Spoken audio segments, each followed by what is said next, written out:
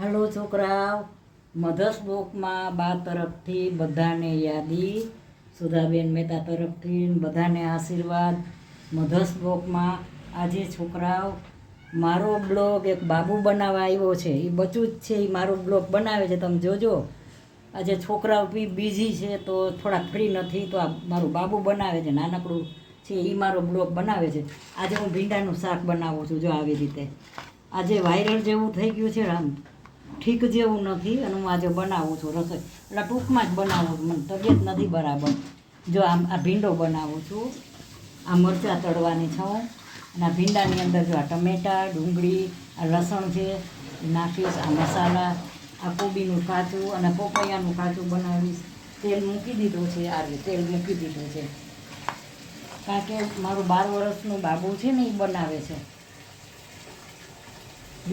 દીકરાની દીકરી છે ને 13મું વર્ષ બેઠું એને, એ બનાવે છે. એ મારી જેમ બહુ શોખીન છે, અને રીલ પણ બનાવે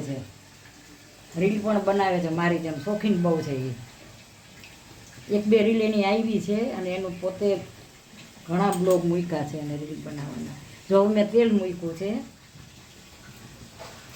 જ્યાં તેલ આવી જાય ને,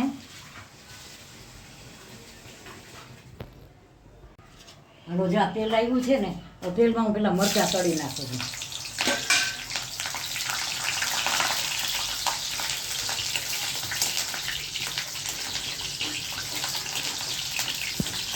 મરચાં પેલા તળી નાખું, અને પછી એમાં આ 2 જણાનો ભીંડો છે. બીજું બની છે રસોઈ, પણ હું આજે થોડુંક ટૂંકમાં બતાવું છું. જરા ઠીક જેવું નથી ના બનાવવાનું છે, બધું ભેગું વાયરલ જેવું થઈ ગયું. જ્યાં સરસ મરચાં મેં તળ્યા છે, આ એટલા. હવે આ તેલ મૂક્યું છે, હમણાં આવી જશે તેલ.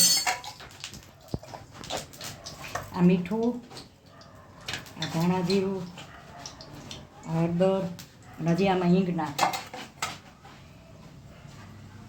આમાં હિંગ નાખીશ હજી. જો આ હિંગ નાખી. આ મરચાં સરસ તળેલા એક ગ્લાસ બનાવ્યા.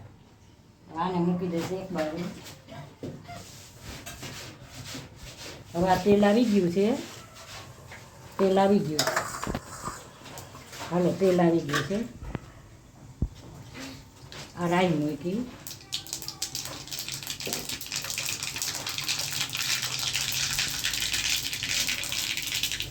આ જીરું, રાઈમાં જીરું મૂક્યા છે, રાઈ જીરું. અને હવે હું આમાં હિંગ નાખીશ.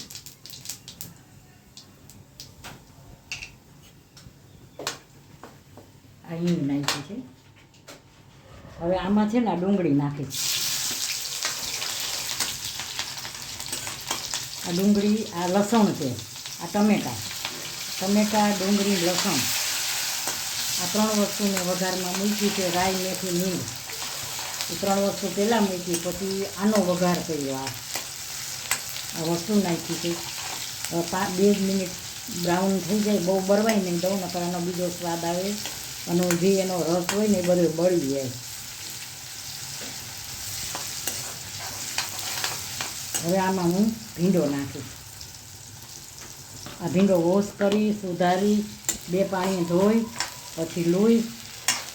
ભીંડો હંમેશા ધોઈ અને પછી લૂઈને પછી બનાવવાનો.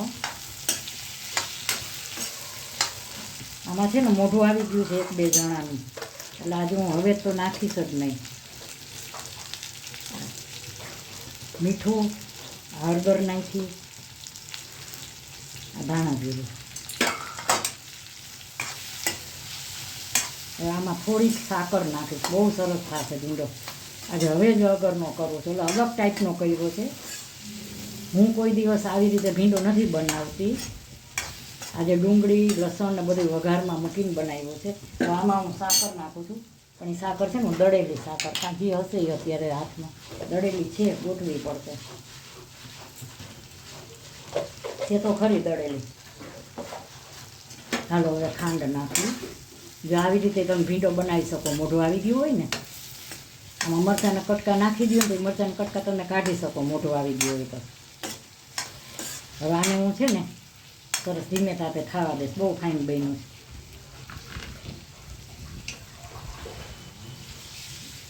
હાલો, આ લોટ બાંધેલો, લોટ બાંધ્યો છે મેં.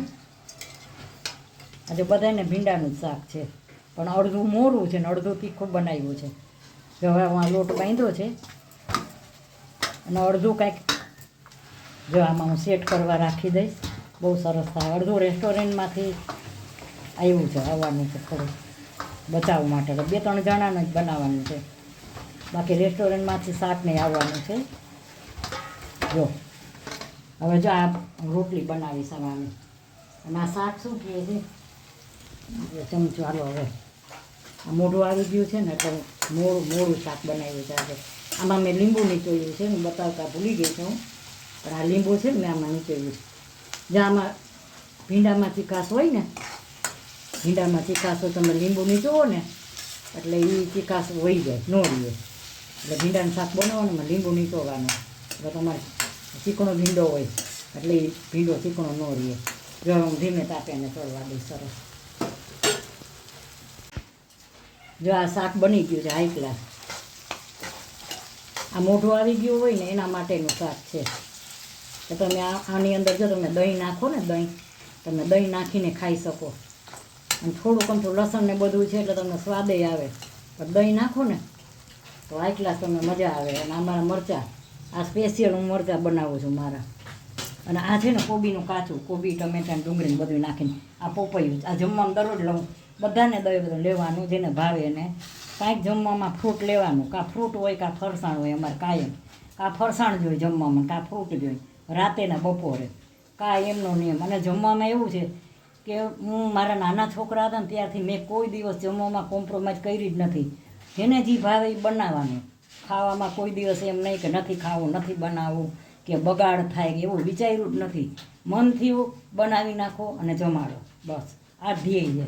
જો આનું પપૈયાનું કાચું કરીશ, મીઠું સ્વીટ, અને આનું છે ને હું કાચું બનાવીશ. આનું આ તીખું કાચું બનાવીશ. અને ભીંડો થઈ ગયો છે, રોટલી બનાવું છું. આજ મને વાયરલ જેવું થઈ ગયું છે અને મને ખંભોય દુખે છે, મેડિસિન ચાલુ છે, એટલે આજ મેં ટૂંકમાં બનાવ્યું છે. ખંભો જરાક સુવાફેર થઈ ગયો છે ને ખંભો દુખે, એટલે આજે દવા લેવાની, તો દવા લઈ અને પછી સારું થઈ જશે દવાથી. હાલો છોકરા, મધર્સ બ્લોકમાં બા તરફથી યાદી અને મારા તરફથી બધાને આશીર્વાદ છે. છોકરાઓને, આ છોકરાઓ માટે સુધાબેન મહેતા મધર્સ બ્લોકમાંથી થાળી મગાવી છે આજ બચાવ માટે. મધર્સ બ્લોકમાં બચાવ માટે આજે થાળી મગાવી છે ને બાએ બનાવી છે. હાલો બચ્ચા બધા જમવા. જો આજે મેં આ મોરો ભીંડો કર્યો છે. આ મોરો ભીંડો છે સરસ. આ તમને ખાના આવડા લાગે છે, પણ આ ખાનામાં એક વાટકો એક શાક સમાય છે. એક વાટકો એક શાક આમાં, એક વાટકો એક આમાં. આ એક વાટકો એક તમને લાગે, આ હોટલની થાળી છે ને લાગે તમને ખાના નાના, પણ આ નાના નથી. અમે મગાવી છે ઘણીવાર. આ વાટકો એક અને આ વાટકો એક શાક છે, એટલે એવી રીતે છે, ઊંડું એટલું છે એમ. અને આ સંભારો, આ મરચાંનો સંભારો બતાવ્યો. આ ભીંડાનું શાક મોરું બનાવ્યું છે. આજ બાને ઠીક નથી ને તમે ટૂંકમાં બધું શાક રોટલી જ બનાવ્યા છે. પણ અમારા ઘરમાં શું છે કે આવું બધું હોય જ અને બનાવવાનું. બધા શોખીન છે ખાવાના, મીઠાઈ ફરસાણ ને બધું, એટલે આવું જોઈએ. અને આ રોટલી જો આજે ઘીની હાથે, મેં તમને કોઈ દી ઘીની ચોપડેલી રોટલી નથી બતાવી, કારણ કે આ ખાતા નથી. આજે ખાસ મેં બતાવી છે આ ઘીની ચોપડેલી રોટલી હાઈ ક્લાસ જુઓ. અને આ ભાત, અને આ પોપૈયાનું કાચું ખાસ જમવામાં બહુ સારું. આ બીટનું કાચું જમવામાં બહુ સારું બચાવ માટે. આ પોપૈયાનું કાચું છે. આ બેડેગરનું અથાણું છે. આ હોટલનું છે બેડેગરનું અથાણું. આ ચટણી ઘરે બનાવેલી છે, આ ઘરે બનાવેલી છે. આ છાશ અને આ કાચું. તો છોકરાઓ બચા માટે ખાસ હોટલની મધર્સ બ્લોકમાંથી આવી છે આ થાળી. હું મજાક કરું છું. તો આ થાળી હાલો જમવા બધાય છોકરાઓ. તો મારી આ ડીશ કેવી લાગી? આજે મને થોડુંક ઠીક નથી, ખંભો જરાક દુખે છે, સુવામાં ફેર થઈ ગયો છે. એટલે ટ્યુબ તો લગાવી છે, પણ થોડુંક સારું થઈ જશે. અસર થતાં વાર લાગે.